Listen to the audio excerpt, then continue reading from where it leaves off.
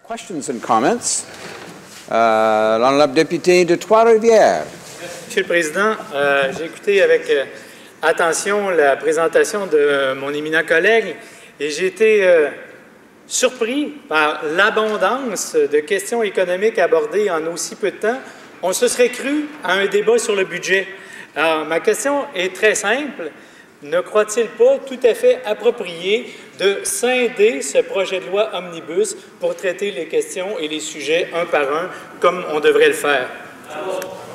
The honourable member for Nanaimo, Alberni. Well, I thank the member from Trois-Rivières for his question. We have been worked through, for those of us, I know he's a new member in the House here, some of us were here through 3 minority parliaments on our way to the present majority government situation. We advanced and discussed so many of these issues over the previous 5 years of minority government. The economic situation worldwide demands that we move ahead on a number of projects that were held up in minority parliaments.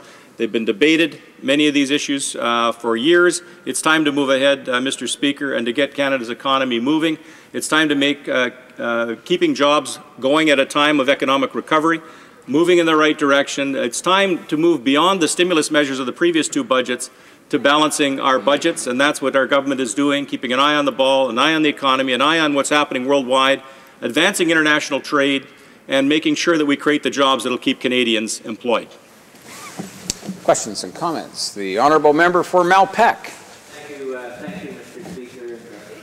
I basically disagree with everything the member for Nanaimo, Alberni gave in his response to that last question, because that's just foolishness he's talking. But I do respect my colleague a lot, and he sat on the, him and I sat in the Fisheries Committee for many years, and I know he's very concerned about the fishery.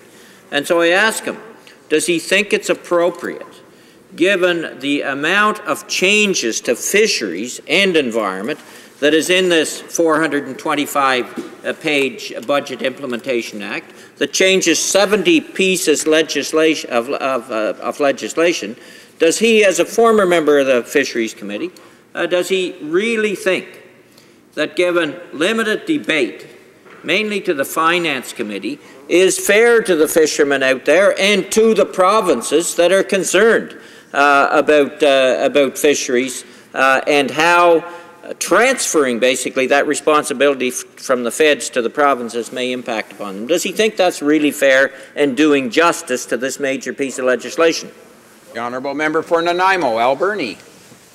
Well, I thank the member from Malpeque for his question, and indeed, I remember the years when he was chair of the Fisheries Committee. Actually, we're pretty collegial for most part in those days. On fisheries issues, members from coast to coast have a focus on trying to do the right thing for their communities.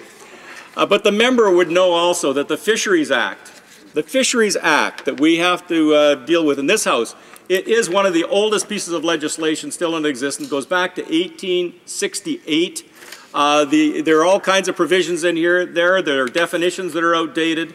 The authorities are not established. Aquaculture, for example, wasn't even considered in those days.